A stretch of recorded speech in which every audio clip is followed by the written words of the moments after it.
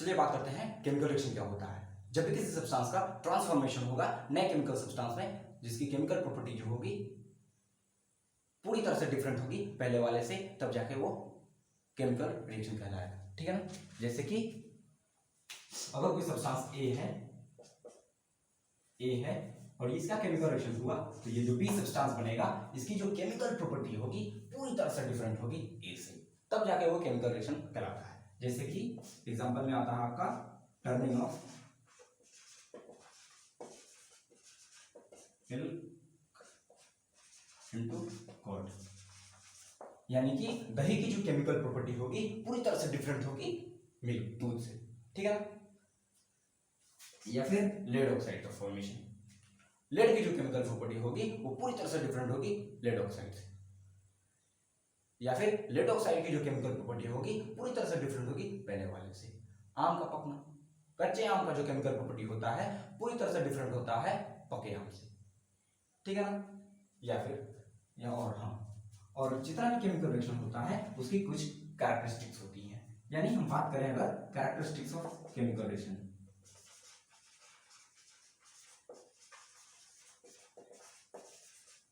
Chemical reaction ये क्या होता है। पहला जो कैरेक्टरिस्टिक्स होता है वो होता है चेंज इन स्टेट। अगर स्टेट में चेंजेस हो रहा है तो वो केमिकल रिएक्शन कहलाएगा। लेकिन एक बात है जो हम आपको बताएंगे अभी कुछ देर में। दूसरा आता है आपका चेंज इन टेम्परेचर।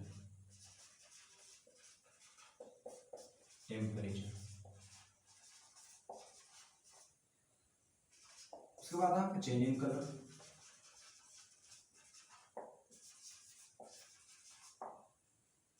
और 4 नंबर में आता है आपका फॉर्मेशन ऑफ प्रेसिपिटेट।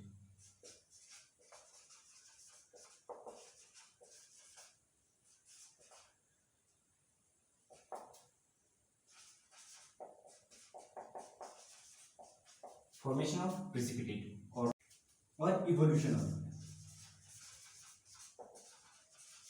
ऑफ, यानी कि ये चेंज इन स्टेट का एग्जांपल मैं देता हूं।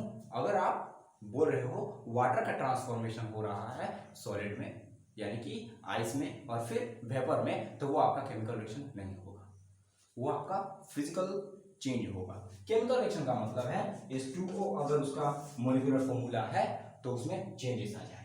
H2O से ये कुछ H बन जाए और O बन जाए, तब जाकर वो केमिकल रिएक्शन होगा। लेकिन ऐसा कुछ नहीं होता है जब पानी का ट्रांसफॉर्मेशन होता है आइस में और वेपर में, तो वो केमिकल रिएक्शन नहीं होता है। ठीक है।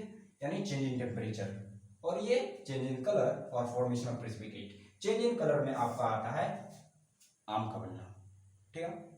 आम जब कच्चा होता है तो हरा कलर का होता है, पक जाता है तो येलो कलर का हो जाता है, तो वो एक केमिकल रिएक्शन है। और चेंज इन स्टेट की अगर बात करें तो दूध से दही का बनना, वो आपका केमिकल रिएक्शन कहलाएगा। दूध लिक्विड होता है, दही सॉलिड या जेली, अब जो बोल लो वो होता है। ये आपका formation of precipitate. Formation of precipitate जो है वो इसी के अंदर ही आता है, चेंज इन स्टेट के अंदर। और ये इवोल्यूशन ऑफ गैस जो है वो आपका, अगर कोई भी मेटल एसिड के साथ रिएक्शन करता है तो गैस का इवोल्यूशन होता है। आगे देख लीजिएगा जब रिएक्शन कराऊंगा। ठीक है ना। उसके बाद आता है आपका केमिकल इक्वेशन। ये क्या होता है?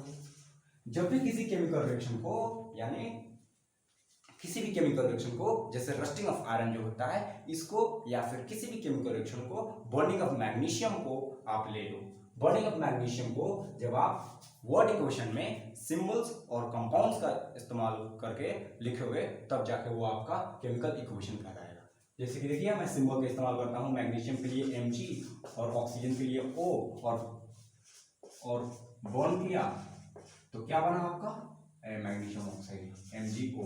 एक कंपाउंड का भी नाम लिखा मैं, तो ये आपका केमिकल इक्वेशन होता है। Writing of a chemical reaction into the word equation by using symbols and formula of different compounds is called chemical equation। ये होती है केमिकल इक्वेशन। ये जो केमिकल इक्वेशन का लेफ्ट हैंड साइड में दिख रहा है और ये जो राइट हैंड साइड में दिख रहा है, ये लेफ्ट हैंड साइड में दिख रहा है इसको कहते हैं रिएक्टेंट्स। ये क्या होता है? दो सब्सटेंस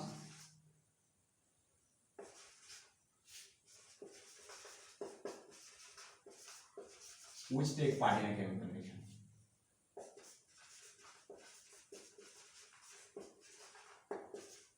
केमिकल रिएक्शन, किसी भी केमिकल रिएक्शन में जो सब्सटेंस पार्ट लेते हैं वो होते हैं आपके रिएक्टेंट्स, और ये हमेशा लेफ्ट हैंड साइड में पाए जाते हैं। और ये जो एरो के राइट हैंड साइड में पाया जा रहा है इसे कहते हैं हम लोग प्रोडक्ट, यानी कि ये प्रोडक्ट है। जो रिएक्टेंट के कारण जो बनता है वो प्रोडक्ट होता है। प्रोडक्ट का फॉर्मेशन क्या होगा ये पूरी तरह से डिपेंडेंट होता है रिएक्टेंट्स के ऊपर, यानी कि प्रोडक्ट क्या होता है, न्यू सब्सटेंस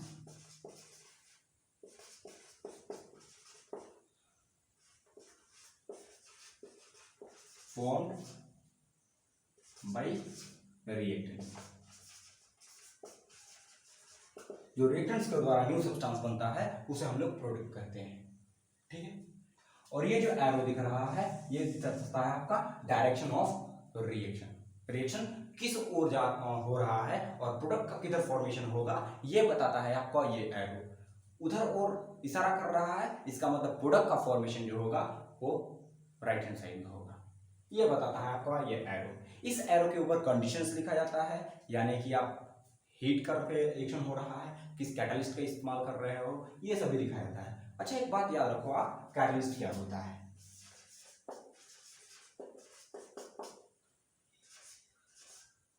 कैटलिस्ट क्या होता है, कैटलिस्ट वो होते हैं जो किसी केमिकल रिएक्शन के रेट में चेंजेस ला देते हैं। तो catalysts are those substance which increases the rate of reaction. Catalyst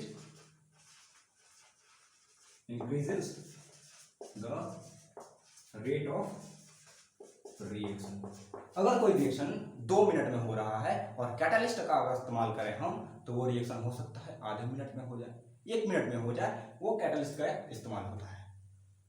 ये सभी थी कुछ basic knowledge about chemical reaction and equation, ठीक है ना। इसके बाद हम बात करेंगे टाइप्स ऑफ केमिकल रिएक्शन के बारे में, नोट कीजिएगा। जो आपका पहला टाइप होता है वो होता है कॉम्बिनेशन रिएक्शन।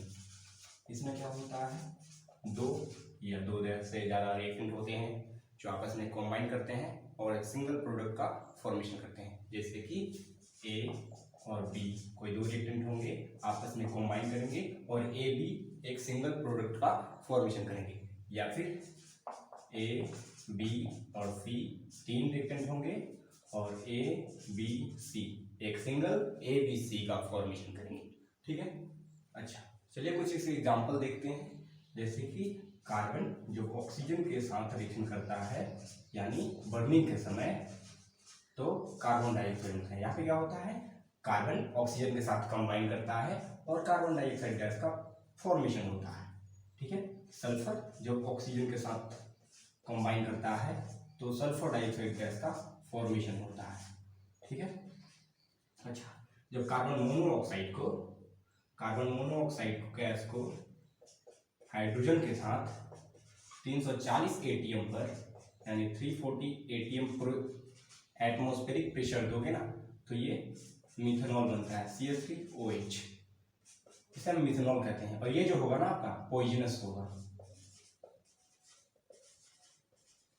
ठीक है, ये मिथेनॉल पॉइजनस होता है। अच्छा और मैग्नीशियम को जब आप ऑक्सीजन के प्रेजेंस में बॉन्ड करोगे तो ये मैग्नीशियम ऑक्साइड बनेगा, MgO। और ये जो मैग्नीशियम ऑक्साइड का एस होगा, राख बचेगा, वो आपका व्हाइट कलर का होगा, ठीक है। और ये मैग्नीशियम ऑक्साइड बॉन्ड कैसे करता है, तो bond with dazzling flame, bond with dazzling flame, ठीक है। अच्छा उसके बाद जब आप कैल्शियम ऑक्साइड को आप वाटर के साथ रिएक्शन कराओगे तो ये कंबाइन करेगा और कैल्शियम हाइड्रोक्साइड बन जाएगा, CaOH होल ट्वाइस, और साथ में हीट निकलेगा।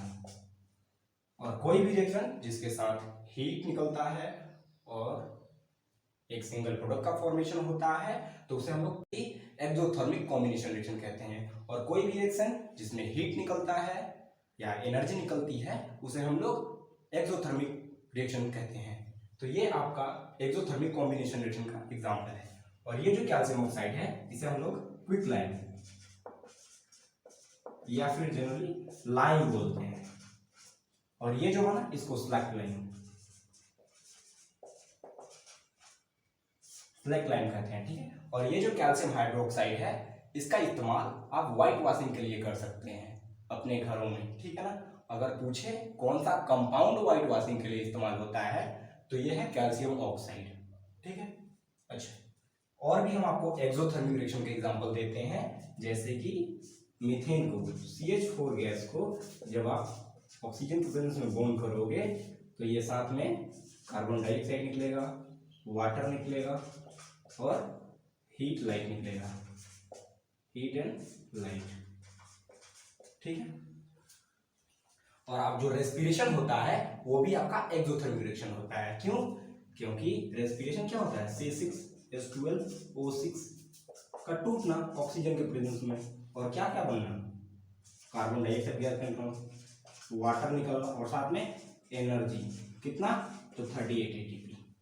ठीक है, एनर्जी निकलता है, जैसा कि इन तीनों रिएक्शंस में आप देख रहे हैं, हीट, लाइट या फिर साउंड के फॉर्म में, किसी भी फॉर्म में जब एनर्जी निकलता है किसी भी रिएक्शन से तो उस रिएक्शन को हम लोग एक्सोथर्मिक रिएक्शन कहते हैं। तो ये तीनों का तीनों रिएक्शंस आपका एक्सोथर्मिक रिएक्शन का एग्जांपल है, एक्सोथर्मिक रिएक्शन का एग्जांपल है। ठीक है, और ये जो है आपका ये एक्सोथर्मिक कॉम्बिनेशन रिएक्शन का एग्जांपल है। Even most of the combination reaction जो होते हैं वो आपके एक्सोथर्मिक होते हैं। ठीक है, मोस्ट ऑफ द एक्सो, सभी नहीं होते हैं, most of the combination reactions are exothermic reaction. उसके बाद आता है आपका डिकम्पोजिशन रिएक्शन।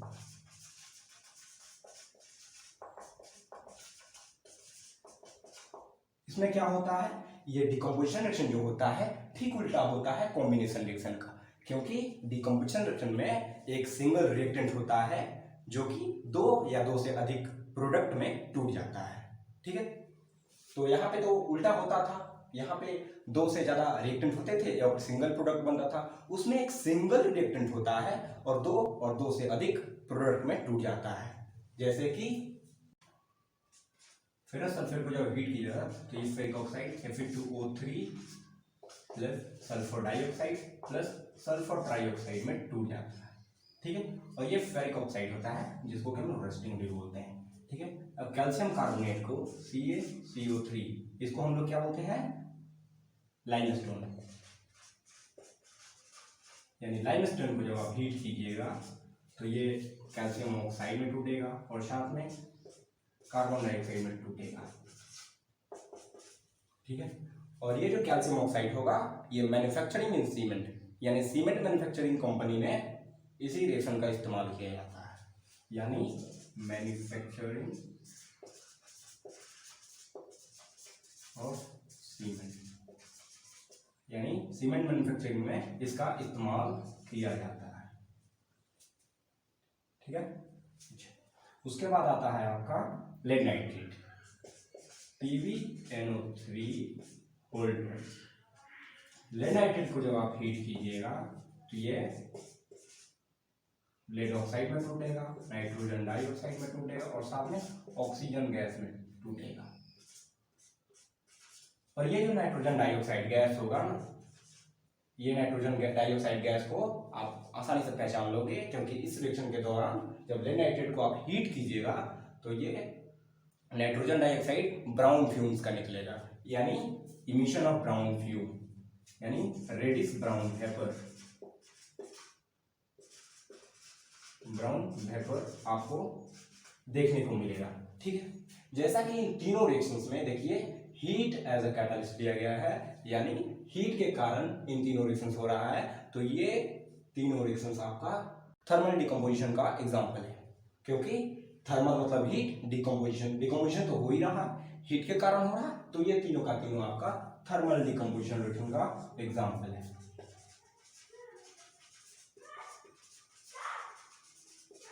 रिएक्शन, ठीक है, उसके बाद आपका हाइड्रोजन H2O को जब आप इलेक्ट्रिसिटी पास कराओगे इलेक्ट्रिसिटी पास कराओगे तो ये आपका हाइड्रोजन गैस और ऑक्सीजन गैस में टूट जाएगा, और ये 2:1 के रेशियो में टूटेगा। ठीक है, ये आपका इलेक्ट्रोलिसिस ऑफ वाटर कहलाता है। और आप जब AgCl यानी सिल्वर क्लोराइड को जब आप सनलाइट के रूप में रखोगे, यानी लाइट में रखोगे, सनलाइट में रखोगे, तो ये Ag और साथ में क्लोरीन गैस में टूट जाता है, और ये जो होगा ना ग्रे कलर का होगा Ag, यहाँ का जो सिल्वर मिलेगा आपको ग्रे कलर का होगा। ऐसे AgCl आपका व्हाइट कलर का होता है। ठीक है, उसके बाद आता है आपका AgBr यानी सिल्वर ब्रोमाइड। ये जो होगा सिल्वर ब्रोमाइड को आप सनलाइट में रखोगे तो आपका ये Ag में टूट जाएगा और साथ में ब्रोमीन में टूट जाएगा, ब्रोमीन गैस में टूट जाएगा। ठीक है, और इसी रिएक्शन का हम लोग इस्तेमाल करते हैं ब्लैक एंड व्हाइट फोटोग्राफी में। कहाँ पे? ब्लैक एंड व्हाइट फोटोग्राफी में। इस रिएक्शन का इस्तेमाल हम लोग ब्लैक एंड व्हाइट फोटोग्राफी में करते हैं। Black and white photography. ठीक है, जैसा कि इन सभी रिएक्शंस को देखो आप ध्यान से, सभी रिएक्शंस में एनर्जी का इस्तेमाल किया जा रहा है, एनर्जी एब्जॉर्ब हो रहा है, आइदर वो सनलाइट लाइट के फॉर्म में है, इलेक्ट्रिसिटी के फॉर्म में है, या फिर हीट के फॉर्म में है।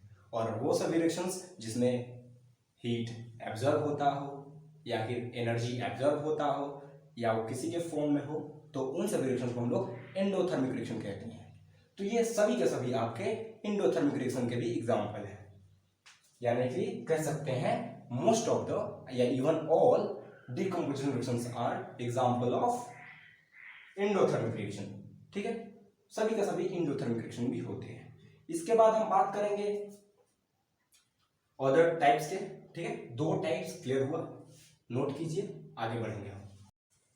तो अब आता है आपका डिस्प्लेसमेंट रिएक्शन। डिस्प्लेसमेंट रिएक्शन में क्या होता है? A highly reactive metal displaces a less reactive metal from its metal solution. इसका मतलब ये है A है और एक BCA कोई कंपाउंड है मेटल B का, तो यहाँ पे क्या होगा, ये अगर A ज्यादा रिएक्टिव होगा एज कम्पेयर टू B तो यहाँ पे डिस्प्लेसमेंट हो जाएगा, यानी AC बन जाएगा और B यहाँ पे भगा दिया जाएगा A के द्वारा। ठीक है ना, ये होता है आपका डिस्प्लेसमेंट रिएक्शन। ये डिस्प्लेसमेंट रिएक्शन पूरा डिपेंडेंट होता है रिएक्टिविटी सीरीज पे। जैसे कि आप फेरस को ले लो, एग्जांपल में ले लो फेरस को, जब आप कॉपर सल्फेट सॉल्यूशन में डालिएगा तो क्या बनेगा आपका फेरस सल्फेट बनेगा और साथ में कॉपर डिस्प्लेस हो जाएगा। ये कैसे डिस्प्लेस होता है पूरा बोले अभी हम, डिपेंड होता है रिएक्टिविटी सीरीज पे। ये रिएक्टिविटी सीरीज क्या होता है? सबसे पहले रिएक्टिविटी सीरीज में आता है आपका पोटेशियम, उसके बाद सोडियम, उसके बाद कैल्शियम, उसके बाद मैग्नीशियम, एल्युमिनियम, जिंक और साथ में लेड, उसके बाद आता है आपका कॉपर, उसके बाद आता है आपका हाइड्रोजन, उसके बाद आपका copper, mercury and silver and last में आता है आपका गोल्ड। ठीक है ना, यानी कि इसके सबसे पहले जो रिएक्टिविटी सीरीज में आता है वो आता है आपका सीरीज में सबसे पहले आता है वो आता है पोटेशियम, उसके बाद आपका सोडियम, उसके बाद आप कैल्शियम, उसके बाद आप मैग्नीशियम, उसके बाद एल्यूमिनियम, उसके बाद आपका जिंक, उसके बाद आप lead, hydrogen, copper, mercury and silver gold. और सबसे लास्ट में आता है रिएक्टिव सीरीज में आपका गोल्ड। ठीक है ना, ये यहाँ पे कॉपर जो है वो फेरस ज्यादा रिएक्टिव होता है एज कम्पेयर टू कॉपर, इसलिए यहाँ पे डिस्प्लेसमेंट हुआ है। इसमें नहीं दिया है लेकिन आप जान लो कि फेरस ज्यादा, आयरन जो होता है ज्यादा रिएक्टिव होता है एज कम्पेयर टू कॉपर, यहाँ पे इसलिए रिएक्शन हो रहा है। ठीक है ना, यहाँ पे जो रिएक्टिविटी है वो नीचे की ओर जाते जाते घटती जाती है, यानी जो मोस्ट रिएक्टिव मेटल होंगे यहाँ पे होंगे। पोटेशियम जैसे कि मोस्ट रिएक्टिव मेटल माना जाता है, यानी मोस्ट रिएक्टिव। ठीक है ना, उसके बाद आपका है लेस्ट रिएक्टिव, नीचे लिस्ट, सबसे नीचे आता है आपका लेस्ट रिएक्टिव। ठीक है ना, और ये डिक्रीज करता है। नीचे की ओर डिक्रीज करता रहता है, तो आप उसके बारे में टेंशन नहीं लेंगे, ठीक है। सबसे पहले ऊपर आता है आपका पोटेशियम, यानी कि अगर हम सोडियम को कॉपर सल्फेट सॉल्यूशन में डाल दें तो क्या होगा, यहाँ कॉपर बहुत ही लेस रिएक्टिव है एज कंपेयर टू सोडियम, तो सोडियम यहाँ कॉपर को फिर डिस्प्लेस करेगा, ठीक है। तो आपका सोडियम सल्फेट बनेगा और साथ में कॉपर डिस्प्लेस हो जाएगा, ठीक है ना। यहाँ पे या फिर HCl ले लेते हैं और साथ में आपका क्या जोड़ दें, जिंक जोड़ देते हैं, तो यहाँ पे क्या होगा, जिंक जो है हाइड्रोजन से देखिए सॉरी ज्यादा रिएक्टिव है, इसलिए यहाँ पे जिंक हाइड्रोजन को डिस्प्लेस कर देगा जिंक क्लोराइड सॉल्यूशन से, यानी जिंक क्लोराइड का जो कंपाउंड है, हाइड्रोजन क्लोराइड का जो कंपाउंड है HCl, वहां पे जिंक जो है ज्यादा रिएक्टिव है एज कंपेयर टू हाइड्रोजन, तो यहाँ पे डिस्प्लेस कर देगा, यानी कि ZnCl बन जाएगा और साथ में आपका हाइड्रोजन गैस का रिएक्शन रिलीज हो जाएगा, हाइड्रोजन गैस रिलीज होगा, ठीक है ना। हाइड्रोजन गैस डिस्प्लेस हो जाएगा वहां पे, ठीक है ना। जैसे कि आप जिंक को कॉपर सल्फेट सॉल्यूशन में भी डालिएगा तो क्या होगा, यहाँ पे जिंक सल्फेट बनेगा और साथ में कॉपर डिस्प्लेस होगा। यहाँ पे मोस्ट ऑफ द टाइम आपको कॉपर ही मिलेगा एज अ कंपाउंड। दो ही भी कंपाउंड हो सकता है, अल्युमिनियम का भी कोई कंपाउंड हो सकता है। अगर मैग्नीशियम दिया है यहाँ इस स्थान पे, तब जाके यहाँ पे डिस्प्लेसमेंट होगा, वरना नहीं होगा। अगर एल्युमिनियम का कोई कंपाउंड है और जिंक एज अ यहाँ पे ले रहे हैं एक स्थान पे, और यहाँ एल्युमिनियम का कोई कंपाउंड है, यहाँ जिंक ले रहे हो, तो ये रिएक्शन होगा ही नहीं। क्यों? क्योंकि ये लेस रिएक्टिव है और लेस रिएक्टिव हाईली रिएक्टिव को कभी डिस्प्लेस नहीं करेगा। इन बातों को ध्यान रखिएगा आप लोग। और एक रिएक्शन लेते हैं लेड का। लेड को जब कॉपर क्लोराइड में जब पुट कीजिएगा, ये सब देखिए एक्वा सॉल्यूशन में होगा, ठीक है ना। यानी कि लेड को कॉपर क्लोराइड में जब पुट कीजिएगा तो लेड क्लोराइड बनेगा PbCl2 और साथ में आपका कॉपर डिस्प्लेस हो जाएगा। ये सब रिएक्शन था आपका डिस्प्लेसमेंट रिएक्शन। इसको सिंगल डिस्प्लेसमेंट रिएक्शन भी बोलते हैं, तो इन बातों को ध्यान रखिएगा। ये पूरा का पूरा रिएक्टिविटी सीरीज पे डिपेंड करता है कि कौन सा ज्यादा होगा। अगर मान लो हम बोल रहे हैं आपको HCl और साथ में कॉपर, ये देखिए कॉपर को अगर HCl एक्वा सॉल्यूशन में पुट किया जाए तो क्या ये रिएक्शन होगा, हाइड्रोजन से लेस रिएक्टिव है कॉपर, तो कॉपर कभी भी हाइड्रोजन को डिस्प्लेस नहीं करेगा, तो यानी कि ये जो रिएक्शन है ये होगा ही नहीं, ये रिएक्शन नहीं होगा, आप जान लो। यानी कि HCl गैस या फिर कोई भी एसिड ले लो आप, H2SO4 ले लो, तो यहाँ पे कोई भी डिस्प्लेस नहीं करेगा नीचे वाला, ऊपर वाला सब कर देगा। हाइड्रोजन के कंपाउंड को डिस्प्लेसमेंट में ऊपर वाला सब डिस्प्लेस कर देगा, हाइड्रोजन के ऊपर जितना भी है कोई भी उठा लो डिस्प्लेस कर देगा, लेकिन हाइड्रोजन के नीचे वाला कोई डिस्प्लेस नहीं कर पाएगा। यानी कि अगर सोडियम का भी कोई कंपाउंड है, यानी NaCl ले लो आप, और केवल एक ही डिस्प्लेस कर पाएगा पोटेशियम, NaCl में Na को जो डिस्प्लेस करेगा वो होगा पोटेशियम, और ये नीचे वाला कोई डिस्प्लेस नहीं कर पाएगा। तो इतना बात याद रखिएगा कि डिस्प्लेसमेंट रिएक्शन में हाईली रिएक्टिव हमेशा, हाईली रिएक्टिव एलिमेंट या फिर मेटल हमेशा लेस रिएक्टिव मेटल, उसके compound metal, less reactive metal का जो कंपाउंड होगा उसी को डिस्प्लेस करेगा। यानी कि लेस रिएक्टिव मेटल जो होंगे वो हाईली रिएक्टिव मेटल के कंपाउंड को डिस्प्लेस नहीं करेगा, जैसा कि इस केस में हुआ। यहाँ पे HCl जो था ये हाइड्रोजन क्लोराइड जो बना है, ये हाइड्रोजन ज्यादा रिएक्टिव है एज कंपेयर टू कॉपर, तो कॉपर यहाँ डिस्प्लेसमेंट नहीं देगा, ठीक है ना। तो ये होती है डिस्प्लेसमेंट रिएक्शन। इसके बाद हम बात करेंगे डबल डिस्प्लेसमेंट रिएक्शन के बारे में। डबल डिस्प्लेसमेंट रिएक्शन में भी यही सब काम आता है, तो इसको याद कर लें या फिर किसी भी याद कर लें। एक ट्रिक बताता हूँ आपको याद कर लेने का। केदारनाथ का माली आलू जरा फीका पकाता है, कॉपर मरकरी सिल्वर गोल्ड, ये तीन हुआ कॉपर मरकरी सिल्वर गोल्ड, याद रखना। ये तो नहीं सीरीज में भी है, याद हो जाता है अच्छे से, ठीक है, नोट कीजिए थोड़ा। तो चलिए अब बात करते हैं डबल डिस्प्लेसमेंट रिएक्शन के बारे में।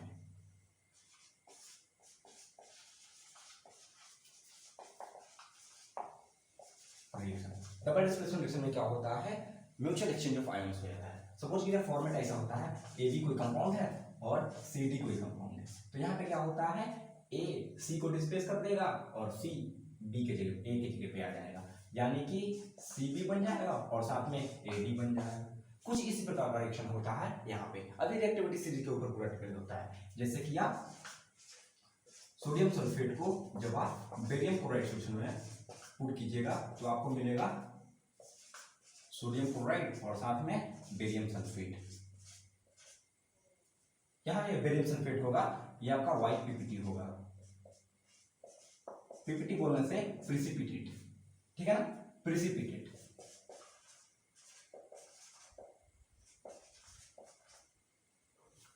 आपका व्हाइट प्रिसिपिटेट होगा, ठीक है ना। और यहां पे देखिए आप, जब आप सिल्वर नाइट्रेट को जब आप पोटेशियम क्लोराइड के साथ रिएक्शन कराओगे तो यहाँ आपको बनेगा आपको सिल्वर क्लोराइड AgCl और साथ में पोटेशियम नाइट्रेट KNO3। और ये जो पोटेशियम नाइट्रेट होगा ये भी आपका व्हाइट पीपीटी होगा, व्हाइट पीपीटी यानी व्हाइट कलर का प्रेसिपिटेट होगा। ये सॉलिड बन जाता है एक्वा सॉल्यूशन में। ये दोनों आपका एक्वा सॉल्यूशन में रहेगा। इस बात को हम लोग याद रखेंगे, आप भी याद रखना, एक्वा सॉल्यूशन में होगा। ये सब का सब एक्वा सॉल्यूशन में होता है रिएक्टेंट के रूप में, ठीक है ना। और यहाँ पे ये आपका एक्वा सॉल्यूशन में मिलेगा और ये पोटेशियम नाइट्रेट जो है वो आपको सॉलिड फॉर्म में मिलेगा, जो कि सेटल डाउन हो जाएगा पानी में, ठीक है ना। और ये व्हाइट कलर का प्रेसिपिटेट होगा। और एक आता है आपका लेड नाइट्रेट।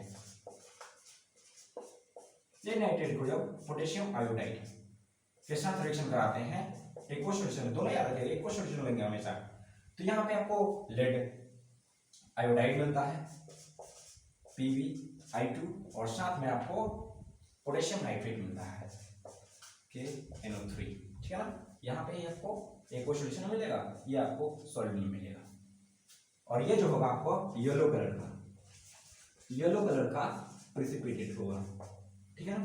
और जितने भी रिएक्शंस आपको दिख रहे हैं सब में प्रेसिपिटेट का फॉर्मेशन होता है। और जहां पे प्रेसिपिटेट का फॉर्मेशन होता है वो रिएक्शन आपका कहलाता है प्रेसिपिटेशन रिएक्शन। तो ये सब का रिएक्शन जो है प्रेसिपिटेशन रिएक्शन का एग्जांपल है। यानी ऑल लिख सकते हैं हम, all double displacement reaction is PPT reactions. यानी जितने भी आपके डबल डिस्प्लेसमेंट रिएक्शन होते हैं सब प्रेसिपिटेशन रिएक्शन होते हैं, ठीक है ना।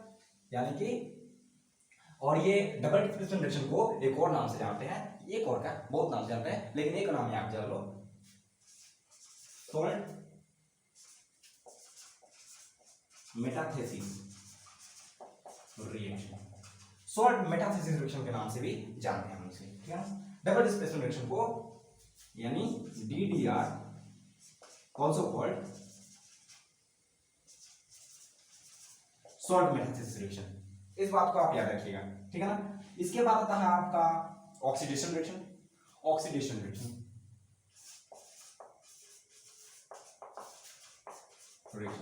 ऑक्सीडेशन रिएक्शन में क्या होता है, या तो गेन ऑफ ऑक्सीजन होता है या लॉस ऑफ हाइड्रोजन होता है। यानी कि अगर addition of oxygen, addition of oxygen या फिर लॉस ऑफ हाइड्रोजन, ये होता है आपका ऑक्सीडेशन रिएक्शन। सपोज कीजिए जैसे कॉपर को जब आप ऑक्सीजन के प्रेजेंस में हीट कीजिएगा तो यह कॉपर ऑक्साइड बनेगा CuO। और ये जो कॉपर होता है आपका ब्राउन कलर का होता है, और ये कॉपर ऑक्साइड जो होगा ब्लैक कलर का, ब्लैक कोटिंग में लगा होगा।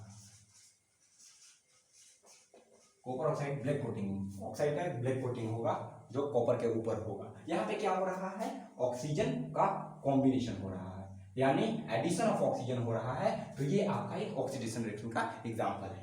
यानी एक और एग्जांपल लेते हैं, जिंक को जब आप ऑक्सीजन के प्रेजेंस में जिंक जब रिएक्शन करता है तो आपका जिंक ऑक्साइड बनता है Zn सॉलिड में, ठीक है ना। और ये जो जिंक Zn ऑक्साइड होता है ये आपका येलो कलर का होता है, ठीक है।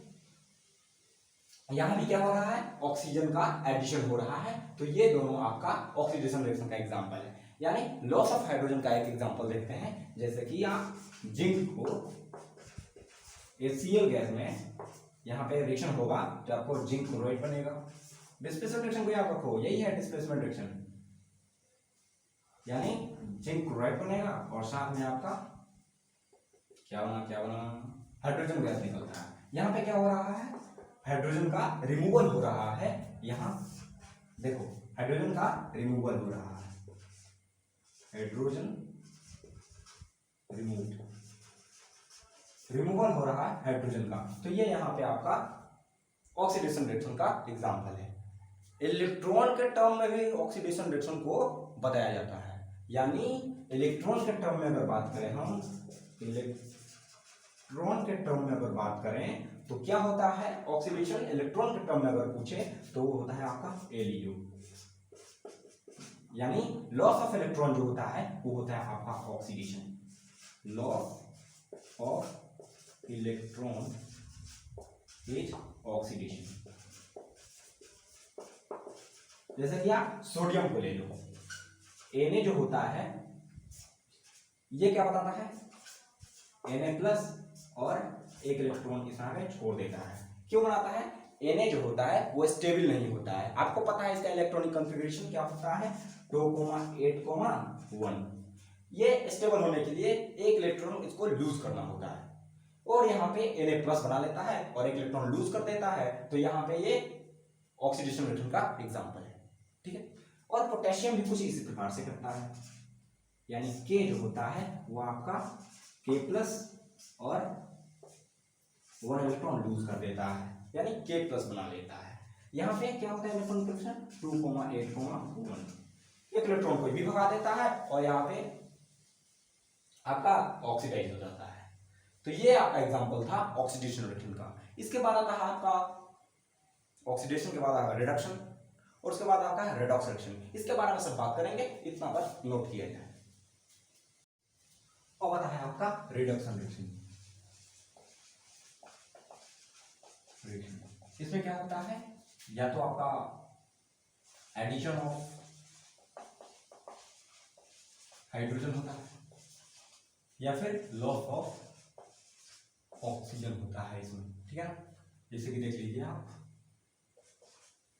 H2 गैस जब ब्रोमीन गैस के साथ रिएक्शन करता है तो HBr बनता है।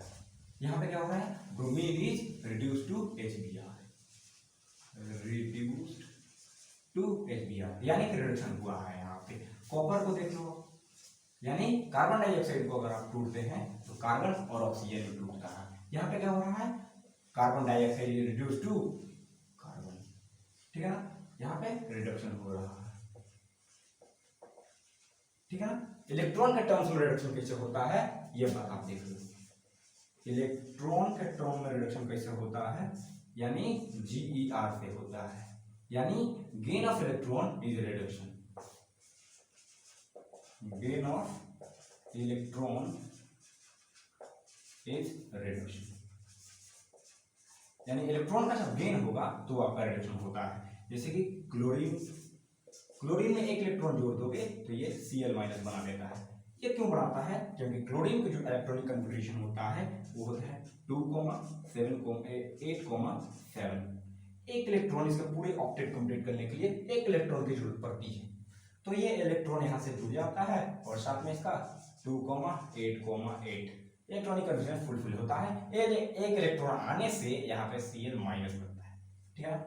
तो ये एक रिडक्शन रिएक्शन का एग्जांपल है। या फिर आप फ्लोरीन को देखो, F, इसमें भी एक इलेक्ट्रॉन जुड़ता है तो ये F- बनाता है, ठीक है, फ्लोरीन माइनस बनाता है।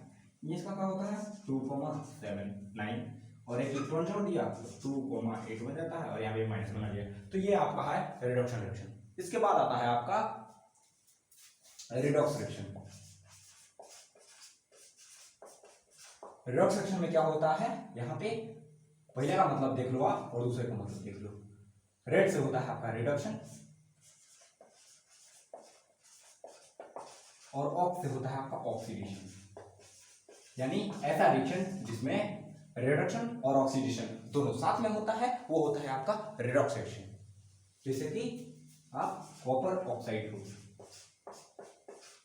हाइड्रोजन के साथ जब हीट कीजिएगा हीट को हम डेल्टा से भी दर्शाते हैं। तो जब हीट कीजिएगा इसको तो ये बनता है कॉपर में अलग होता है और H2O में होता है, ठीक है ना। यहाँ पे जो क्या हो रहा है, copper oxide is reduced to copper, यहाँ पे रिडक्शन हो रहा है और यहाँ पे H2 का हाइड्रोजन का ऑक्सीजन के साथ ऑक्सीडेशन हो रहा है। तो ये आपका ऑक्सीडेशन का एग्जांपल है, रेडॉक्स रिएक्शन का एग्जांपल है।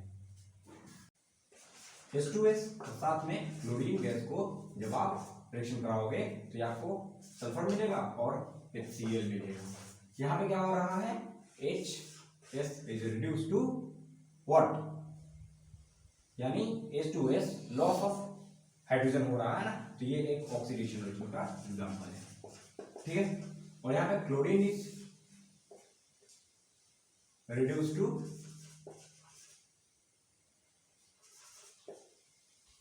to HCl। यहाँ पे क्या हो रहा है, एडिशन ऑफ हाइड्रोजन, और एडिशन ऑफ हाइड्रोजन क्या होता है, वो होता है आपका रिडक्शन। इसलिए यहाँ पे क्लोरीन जो है रिड्यूस हुआ है और HCl बना है। तो ये सभी एग्जांपल थे रिएक्शन, ठीक है ना। इसके बाद आता है आपका रेंसिडिटी और कोरोजन। वो क्या होता है अभी बताएंगे, आप इसको नोट कर लीजिए। तो चलिए आप बात करते हैं कोरोजन क्या होता है। जब कोई मेटल अपने सराउंडिंग के, जैसे कि मॉइस्चर हो गया, एयर हो गया, एसिड हो गया, एसिड रेन जैसे होता है, इस सब से कारण जब अटैक होता है किसी मेटल के ऊपर तो क्या होता है, वहां पे वो मेटल खराब होने लगता है। यानी कि मेटल यानी सिल्वर को ले लो आप, सिल्वर को जब लंबे समय तक छोड़ दीजिएगा तो इसमें ब्लैक कोटिंग हो जाता है। ये ब्लैक कोटिंग होता है ड्यू टू कोरोजन, होता है। यानी कि ये रस्टिंग ऑफ आयरन जो होता है ये भी एक कोरोजन का एग्जांपल है। आयरन को जब बहुत से समय तक बाहर छोड़ दीजिएगा तो क्या होता है, उस पे आयरन ऑक्साइड का लेयर चढ़ जाता है, तो वो आपका यानी कि रस्टिंग ऑफ आयरन जो है एग्जांपल ऑफ कोरोजन। और भी एग्जांपल है कोरोजन के, बस आप ये बात से याद रखना कि जब भी कोई मेटल के ऊपर अटैक होगा उसके सराउंडिंग का, सब्सटेंसेस का, जैसे कि मॉइस्चर हो गया, एसिड हो गया, ऑक्सीजन हो गया, इन सब का अटैक होगा ना उस पे, तो वो आपका कोरोजन कहलाएगा, ठीक है। जब मेटल कोई खराब होने लगे ऑक्सीजन मॉइस्चर के कारण, यानी सराउंडिंग के कारण, सराउंडिंग के कुछ सब्सटेंसेस के कारण, तो वो आपका होगा आपका कोरोजन का एग्जांपल। और उसके बाद आपका रेंसिडिटी, खाना का खराब होना।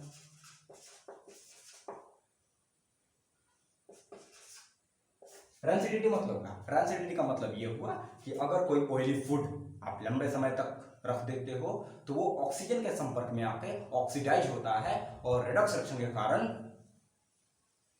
या ऑक्सीडेशन या रिडक्शन के कारण वो खराब हो जाता है, यानी उसमें से स्मेल आने लगता है, बैड स्मेल आने लगता है, तब जाके वो आपका रेंसिडिटी कहलाता है। जैसे कि आप दाल रखे हो, जब उसको आप रखोगे घरों में ज्यादा देर तक, सुबह से बना हुआ रखा हुआ है, तो उसमें से एक क्या होता है, एसिडिक स्मेल आता है, यानी कि खट्टा स्मेल आने लगता है। इसका वो एग्जांपल है आपका रेंसिडिटी का। वहां पे ऑक्सीडेशन होता है जिसके कारण ये चिप्स जितना होता है ये सभी को बाहर फेंक दीजिएगा, तो इससे बचने का यही कारण है कि नाइट्रोजन गैस और हीलियम का इस्तेमाल किया जाए।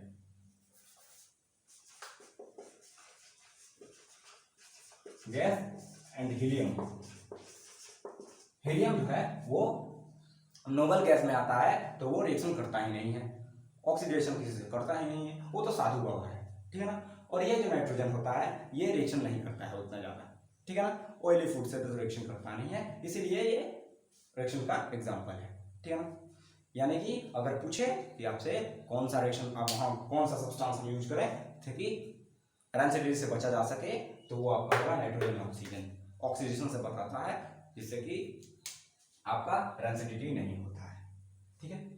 ये थी आपकी चैप्टर की एंड हुई। यहाँ पे मिलते हैं अगली वीडियो में, तब तक के लिए धन्यवाद, थैंक्स फॉर वॉचिंग।